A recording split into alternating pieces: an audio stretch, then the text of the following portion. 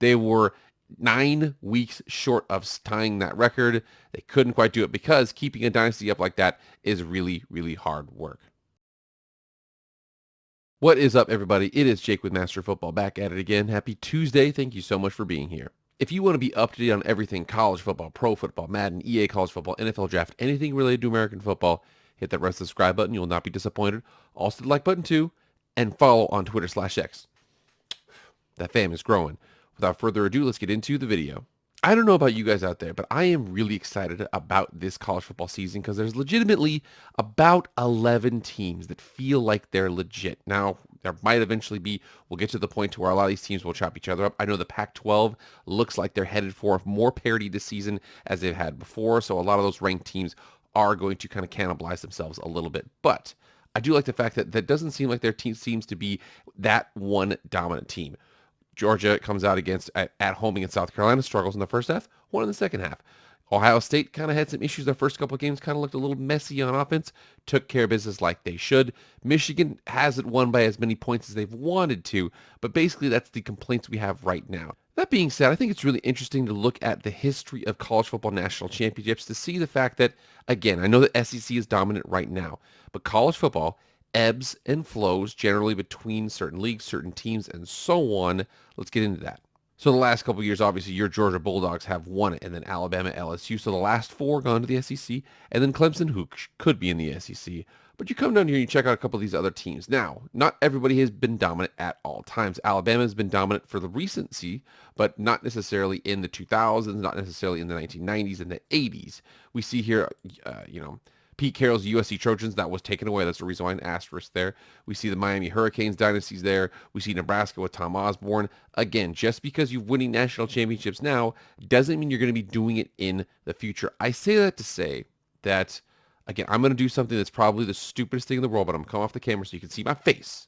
Are we potentially seeing let's just say, the beginnings of the decline of, or at least the not necessarily the decline, but the settling or coming back down from orbit version of the Alabama Crimson Tide?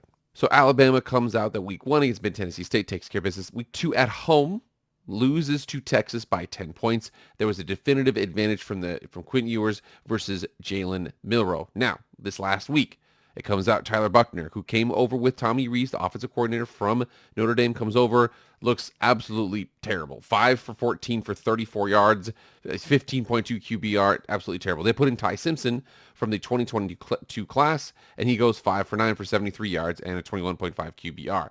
So you can see the fact that they really, really struggled. Now, they were eventually able to get a couple rushing touchdowns here. Ty Simpson had a rushing touchdown. Roy Hill Williams had a rushing touchdown. He had 17 for 129, 7.6 yards per carry on the ground. But you see the fact that 17-3 on the road, a weird SEC team visiting an American team, kind of an awkward one there. But he was able to pull the win out. Now, despite the fact they were 1, they haven't really looked that good, and people can sense some blood in the water about them, which is why one of the biggest records you didn't know that was continuing had been stopped just before it got to the top there, and that was a top 10 streak by Alabama football. So this is over on CanesWarning.com. Again, you know it's Miami. They had a great run there. But again, right here, Alabama had its streak of 128 weeks in the top 10 ended when Crimson Tide fell from 10th in the polls to 13th in the AP poll, top 25, and 12th in the USA Today coaches poll. The Miami streak at 137 weeks from the top 10 from 1985 to 1993 remains on top. That is, again, that's going to take so long to get back up. They were 9 weeks short of tying that record. They couldn't quite do it because keeping a dynasty up like that is really, really hard work. And there's starting to be some really weird stories surrounding Alabama. I think personally this is just Lane Kiffin being Lane Kiffin. Comes out here and he says he questions who Alabama called Alabama's defensive plays. He says, I'm not really sure if it's Kevin Steele. I was asked this question, what's it like to go against Kevin Steele's defense? I wasn't trying to start this big thing. We saw things on TV copy where it was different. And then basically Nick Saban was asked about it, and he said he referred to the situation where he's like, on this other thing I hear floating around out there, I'm sure you've seen this reports, is that Kevin Steele is the defensive coordinator. He said he has all the defensive coordinator responsibilities. The only thing we tried to improve from an administrative standpoint was game day administration of getting signals in quicker. All right. So that's the only thing we worked on as a staff. The whole staff made a contribution to it. And I think it was a lot better in this game against South Florida than it was in the Texas game. I think that Nick Saban is addressing everything that he can. Now, more than likely what's going on here is Alabama has been dominant for so many years. There's just certain things that are just kind of getting pulled because of their inability to move the ball on offense. I think that was a big thing. Remember here, these teams are not the Jameson Williams. They're not the Bryce Youngs. They're not the Tua Tagovailoas. They're not the Mac Jones offensive teams that they've had before. They've kind of been struggling with that. So what they've done, brought in Tommy Rees from Notre Dame, tried to add a little bit more power ball. They haven't really been doing it, but what they're going to try and do is get back to that with putting in the previous starter, Jalen Milroe, back in the game. Like we said here, Jalen Milroe has been named the starting quarterback ahead of the SEC opener against Ole Miss. And it says here that he started the first 2 games but did not play against South Florida. He has earned the opportunity to be the quarterback. And this is important what it says right here.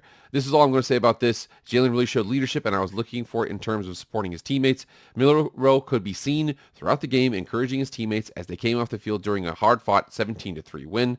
A redshirt sophomore and the former backup to Bryce Young, Milroe had an up-and-down start to the season. They mentioned that he had a really good game against Mid-Tennessee State, and then he struggled against Texas, throwing 2 picks. Again, Quinn Ewers won that quarterback battle. It's really hard to come out and say, oh, yeah, well, it's gonna fall apart. Alabama's going to suck. I don't think they're going to suck. I do think that, again, you don't see the offense that you've seen in previous years. You don't see the receivers. The running backs are all right. The offensive line is good.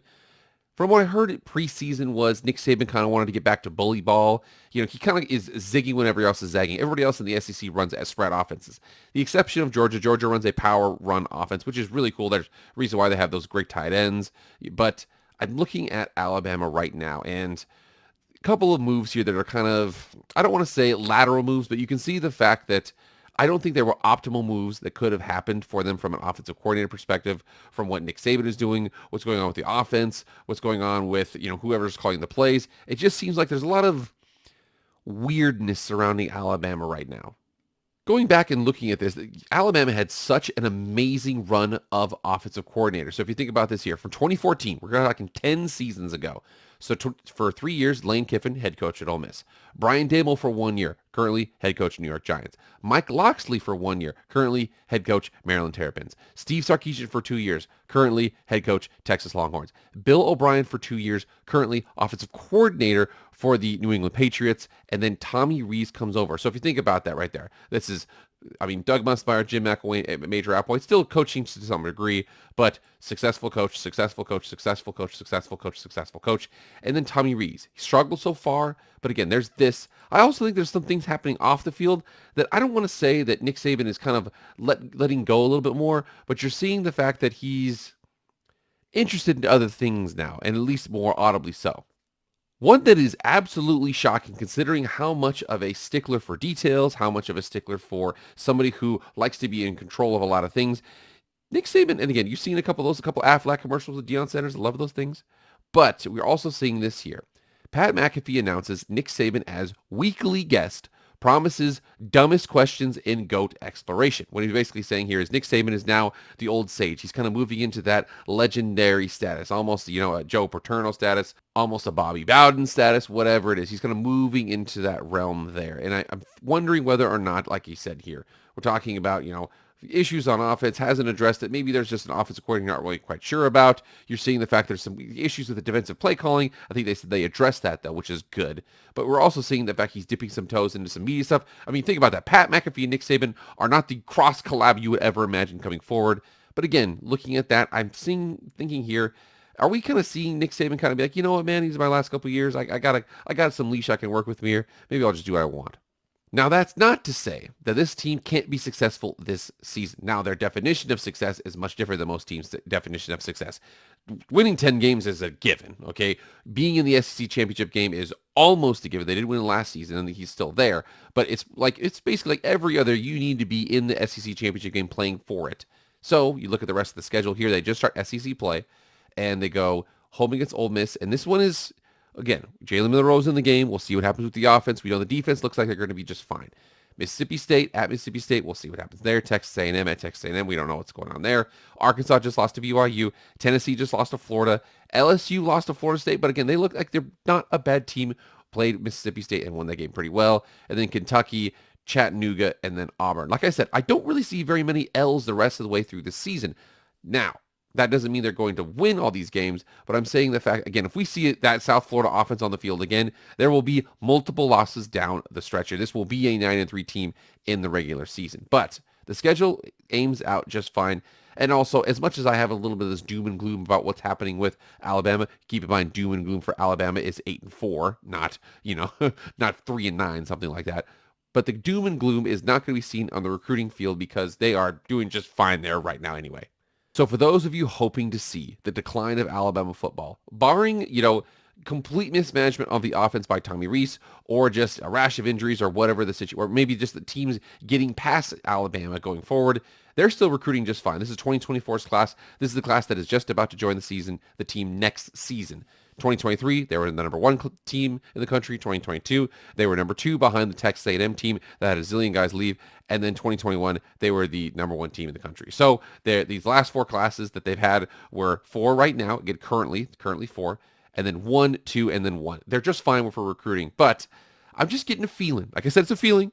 Doubting Nick Saban has always been stupid, but I'm just getting a feeling that they're kind of branching out on other things Nick Saban is himself. There's no guarantee that if you're a college football power right now that you're going to stay that way. We saw it with USC. We saw that with Miami. We saw it with Nebraska. Do we see that potentially, the beginnings of that, with Nick Saban in Alabama? I know that is sacrilege in Tuscaloosa, but I'm just asking the question. He's getting involved with Pat McAfee, the weirdest cross collab we've ever seen. Their last couple offensive coordinators are dynamic offensive coordinators and or head coaches for their teams. Right now, Tommy Rees, we haven't really seen it. Quarterbacks, not necessarily like we want it to be. Wide receivers on the outside, we had that incredible run of wide receivers for them. Haven't seen it so far.